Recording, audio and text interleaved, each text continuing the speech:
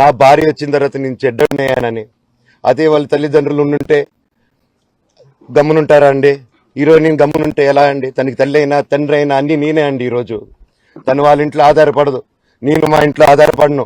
నేను నా సినిమాలు చేసుకుంటున్నాను. తను సొంతంగా ఒక టాయ్ కంపెనీ పెట్టుకుంది. లాక్డౌన్లో నా అహం బ్రహ్మాస్మి సినిమా మా ప్రేమ కోసం ఆపేసినప్పుడు నిర్దాక్షిణంగా నేను చెన్నైకి షిఫ్ట్ అయిపోయి ఊళ్ళో వద్దని మేము అక్కడ కూర్చొని, నేను మనోజ్ నువ్వు బొమ్మలు గీస్తావు కదా, కథలు రాస్తావు కదా, బొమ్మలకి ఆత్మనిర్భర్ అని నరేంద్ర మోడీ గారు ఇది అనౌన్స్ చేశారు. ఈ బొమ్మలు నీకు బొమ్మలు ఇష్టం, పిల్లలు ఉన్నారు, మనమే క్రియేట్ చేద్దాం బొమ్మలు అంటే లాక్డౌన్లో నేను డ్రాయింగ్లు చేసి కథలు రాసుకొని నా ఫ్రెండ్స్ దగ్గర కొంచెం కొంచెం అప్పులు చేసుకొని మేమే పెట్టుబడులు పెట్టుకుంటూ, నా ఫ్రెండ్స్ కూడా పెద్ద కష్టపడి వచ్చిన వాళ్ళండి. వాళ్ళకున్న కొంతలో నాకు పంచుకుంటూ మమ్మల్ని కాపాడుకుంటూ ఒకరినొకరు కాపాడుకుంటూ నిలబడి ఈరోజు మనీని నిలదొక్కున్నామండి. నేను నా భార్య, తను కష్టపడుతుంది. ఇప్పుడు కాశ్మీర్ నుంచి కన్యాకుమారి వరకు ఓన్లీ తను నేను ఇంకొక 3-4 కలిసి దీన్ని ఇంత దూరం తీసుకొచ్చామండి. ఈరోజు నేను మళ్ళీ సినిమాలకు వచ్చేసాను. అందుకే ఈరోజు నేను నిలబడపోతే ఇది నా పిల్లలకి చెప్పేది కరెక్ట్ కాదు, ఎవరికి కరెక్ట్ కాదు. ఇన్నాళ్ళు గమ్మునున్నాను ఓకే, కానీ ఇలాంటి రోజు వస్తుందని ఊహించలేదండి. నిజంగా మీడియా మిత్రులకి, ముఖ్యంగా 2 అన్నలకి నా క్షమాపణలు. ప్రతి ఒక్కరికి అది తెలుసు. ఇండస్ట్రీలో ఉన్నాం, మా కుటుంబం, ఫిల్మ్ ఇండస్ట్రీ మా కుటుంబం, మా ఇండస్ట్రీ వరకు వాళ్ళందరికీ తెలుసు. మా నాన్న చేసిన తప్పు ఏదైనా ఉంటే మమ్మల్ని అందరినీ విపరీతంగా ప్రేమించడం. ఈరోజు one thing which I would like to request and pray to the media is that మీకు ఫాదర్స్ ఉన్నారు, మీకు బ్రదర్స్ ఉన్నారు. No family is perfect. పెద్దలు అంటారు ఫ్యామిలీస్ ఆర్ కాంప్లికేటెడ్ అని. నేను అనుకున్నా ఉమ్మడి కుటుంబంగా ఉంది, మా ఫ్యామిలీ కొంచెం డిఫరెంట్గా ఉంటుంది, మేము కలిసిమెలిసి ఉంటాం అనుకున్నాం. But it's unfortunate today. My hope still,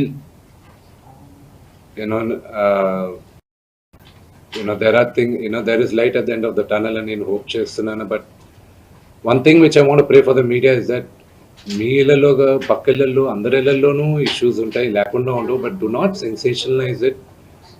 ఇది my sincere request. Yes, fortunately or unfortunately మీ అందరం పాపులర్ ఫిగర్స్.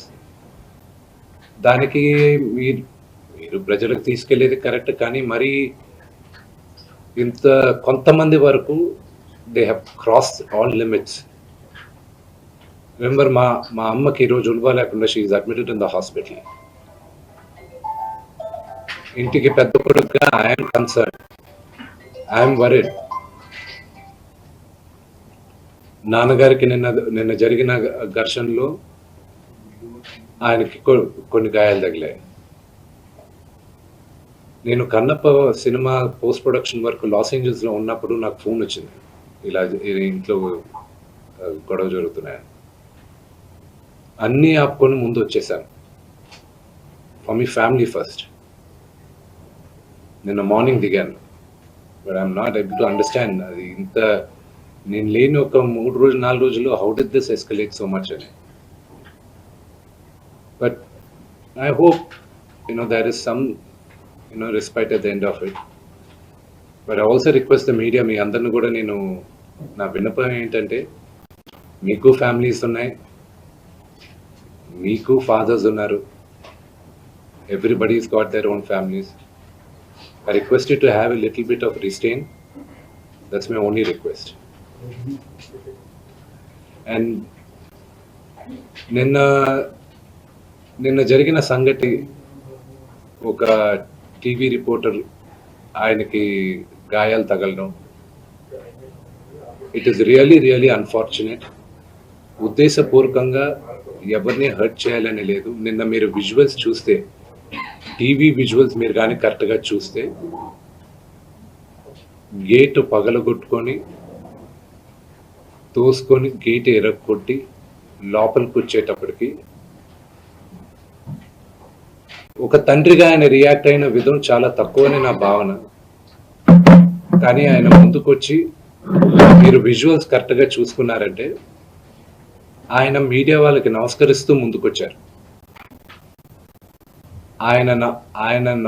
ఆయన చేతులు జోడించి నమస్కరిస్తూ ముందుకు వస్తే ఎవరో ఒకరు ముందుకొచ్చారు, ఏదో మొహం మీద పెట్టారు, ఆ హీట్ ఆఫ్ ద మూమెంట్లో జరిగిందే కానీ ఉద్దేశపూర్వకంగా ఒక వ్యక్తిని కొట్టాలని కానీ ఒక వ్యక్తి పైన ఆగ్రహం చూపించాలని కానీ వ్యక్తిగతంగా లేదు.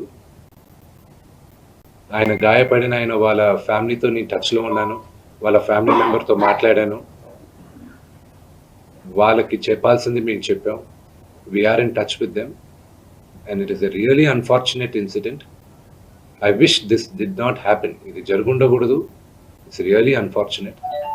It happen. We all feel sad for it. Thank you.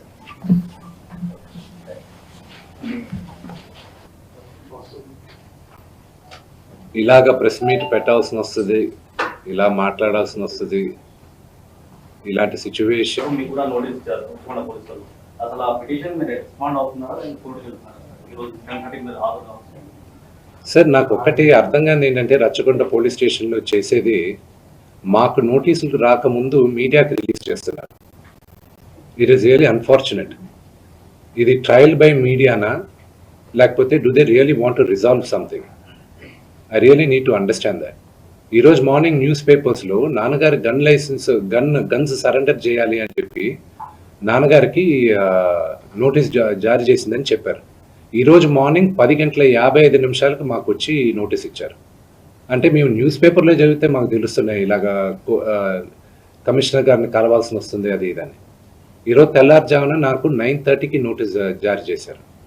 I didn't understand why I was called, but out of respect to the commissioner నేను ఆయన కలుస్తాను.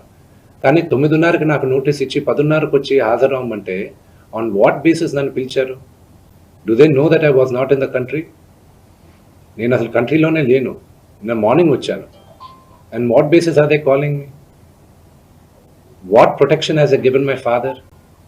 నిన్న మీరు చూసారు, మీరందరూ ఆల్ పాత్రిక సోదరులందరూ ఉన్నారు. You saw how it is. మీ ఇళ్ళపై అలాగే ఎవరైనా వస్తే do you feel safe? It's really unfortunate.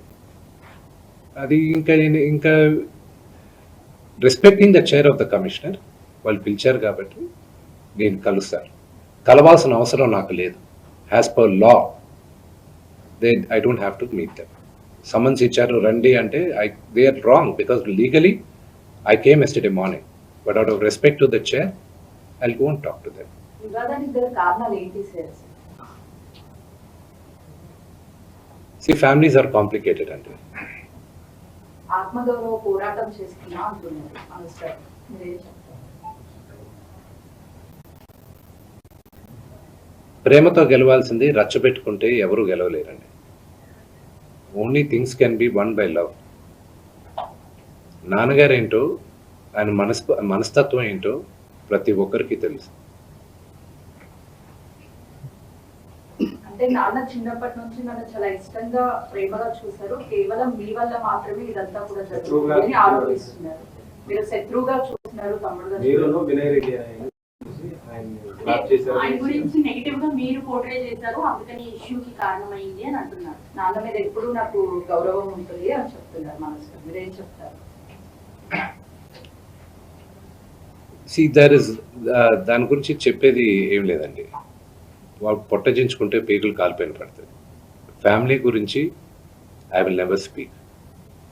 చెప్పచ్చు, ఇమ్మెచ్యూర్గా కొంతమంది మాట్లాడచ్చు, చిన్నవాడు కదా అని నేను తను మాట్లాడచ్చు, అవగాహన లేకుండా మాట్లాడచ్చు. But I just keep quiet. మీరు ఎన్ని క్వశ్చన్స్ అడిగిన ఫ్యామిలీ గురించి, నేను నా ఫ్యామిలీ విషయాలు నేను బయట చెప్పను. మీ ఫ్యామిలీ గురించి మీరు అడిగితే మీరు చెప్పరు కదా. Same thing I will not talk about my family.